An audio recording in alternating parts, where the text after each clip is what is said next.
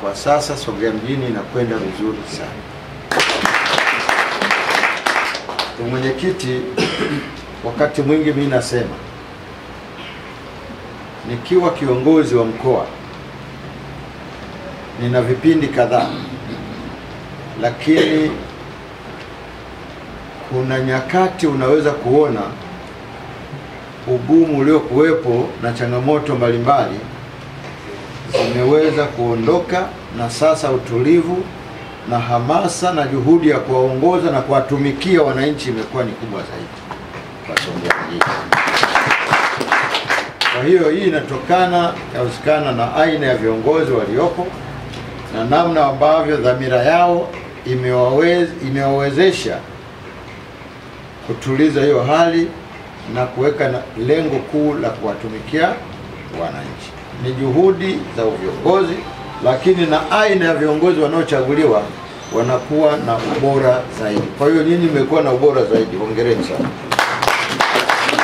Sasa muendelee kudumisha hiyo hali, na wakati huo tukielekea kwenye uchaguzi mkuu, na niwapongeze sana kwa namna mlivyofanya. Na mimi haya nayasema kwa sababu matokeo ya uchaguzi wa serikali za mitaa yamejidhihirisha namna mlivyoshikamana na kuhakikisha mitaa yote 94 CCM inashinda.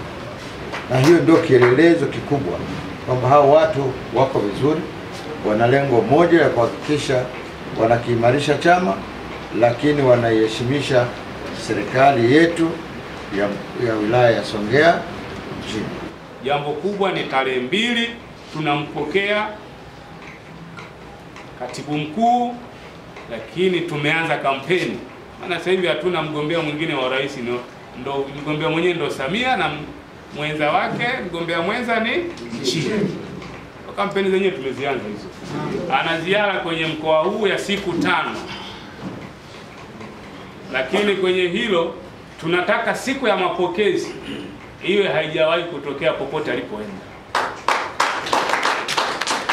Mapokezi haya tutayafanyia uwanja wa ndege wa Kingoni Airport, lakini tukitoka pale anakuja kuongea na Wanasongea na Wanaruvuma ofisi ya CCM ya mkoa, akiwa na kofia hizo mbili kama tulivyosema katibu mkuu, lakini mkutano mkuu ulimridhia kuwa mgombea mwenza baada ya kupokea mapendekezo ya Daktari Samia Suluhu Hassan, kipenzi cha Watanzania. Kwa hiyo Wanasongea kwa mahaba makubwa na mapenzi ya dhati kwa Samia, sasa toka akapata ile nafasi ndio kwa mara ya kwanza anatua mji wa Songea. Tunampokeaje? Atakuja kimya kimya tu? Maana sisi tuliwakilisha wachache Dodoma, sasa tuko wengi, anakuja kwa wengi nyumbani. Ndio maana chama na serikali tuko hapa, tumeamua mapokezi ya safari yawe tofauti hata tulivyompokea wakati akija katibu mkuu pekee. Kwa hiyo tunataka kila kata ionyeshe ipo. Tuna baadhi ya kata tunaweza tukagawa, mji wetu ni mkubwa, wengine wakabaki hapa, wengine wakawa kule, kulingana na jiografia ya kata zetu.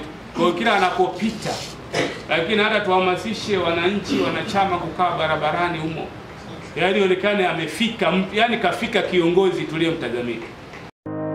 Ili kuwa mwanafamilia bora wa Global TV, usisahau kusubscribe, like, kushare na kucomment. Baada ya kusubscribe, bonyeza alama ya kengele ili kupata taarifa kwa kila video inayopanda Global TV Online.